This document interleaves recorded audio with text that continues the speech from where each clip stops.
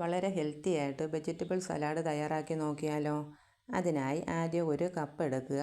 1 spoon olive oil ഒഴിച്ചു കൊടുക്കാം. 2 spoon നാരങ്ങാനീര് ചേർക്കാം. 1 സ്പൂൺ ക്രഷ് ചെയ്ത കുരുമുളക് ചേർത്ത് കൊടുക്കാം.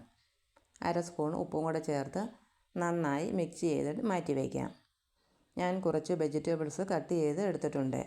ഇനി ഒരു ബൗൾ എടുക്കുക. ബൗളിലേക്ക് ആദ്യം ബോയിൽ ചെയ്ത നിലക്കടല ചേർത്ത് കൊടുക്കാം.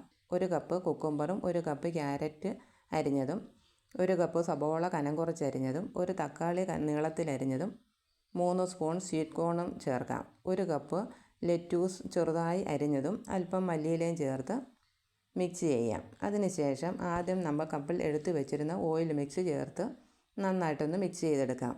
ഉപ്പ് പാകത്തിനുണ്ടോ എന്ന് നോക്കണം. ഇപ്പോൾ വളരെ ഹെൽത്തിയും ടേസ്റ്റിയുമായ വെജിറ്റബിൾ സലാഡ് റെഡി ആയിട്ടുണ്ട്.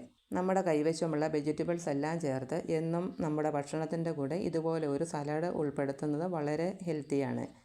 എല്ലാവരും തയ്യാറാക്കി നോക്കണം.